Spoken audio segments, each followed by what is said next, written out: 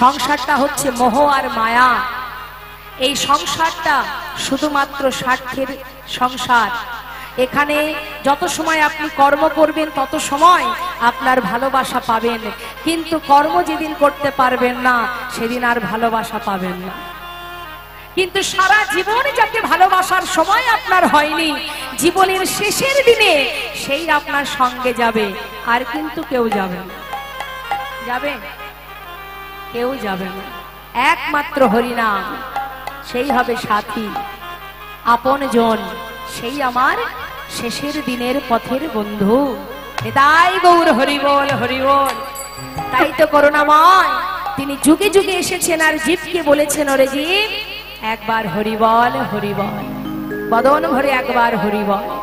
দিনান্তে যদি একবারও হরি বলিস তোর সকল পাপ দূরীভূত হবে। তুমি শুচি থাকো অশুচি থাকো, তুমি পবিত্র থাকো অপবিত্র থাকো, যেখানে থাকো যেমনই থাকো, যদি একবার হরিকে স্মরণ করতে পারো সেই মুহূর্তেই তোমার সর্বত্র ভিতর বাহির সর্বত্র পবিত্র হয়ে উঠবে। একবার যদি হরি বলা। অন্যান্য যুগে ভগবানকে ডাকতে গেলে তার একটা সময় সীমা ছিল, যেমন যজ্ঞ করতে হতো। আচ্ছা, যজ্ঞ কি দিনে দিনেই করা যায়? আপনি যদি মনে করেন বাড়িতে নাম যজ্ঞ দেবেন, আজকে ভাবলে কালকে করতে পারবেন? তার জন্য 6 মাস 1 বছর ধরে তার ব্যবস্থা নিতে হয়, তাই তো? তাহলে সেটা একটা সময়ের ব্যাপার।